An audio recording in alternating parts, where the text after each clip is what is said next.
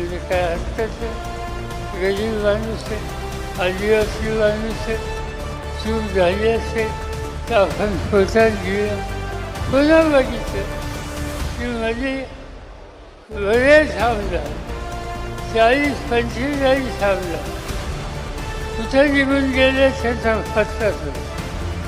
त्याचं नेतृत्व शिंदे साहेबांनी केलं, त्यांनी सरकार तयार केलं आणि नंतर पुन्हा एकदा 40 आमदार ज्याच्यात झिरवली होती ही सगळी मंडळी आम्हा लोकांना सोडून गेली आणि आज तुम्हा लोकांच्या सोबत मतं मागण्याच्यासाठी लोकांनी मतं दिली, सत्ता दिली, अधिकार दिला.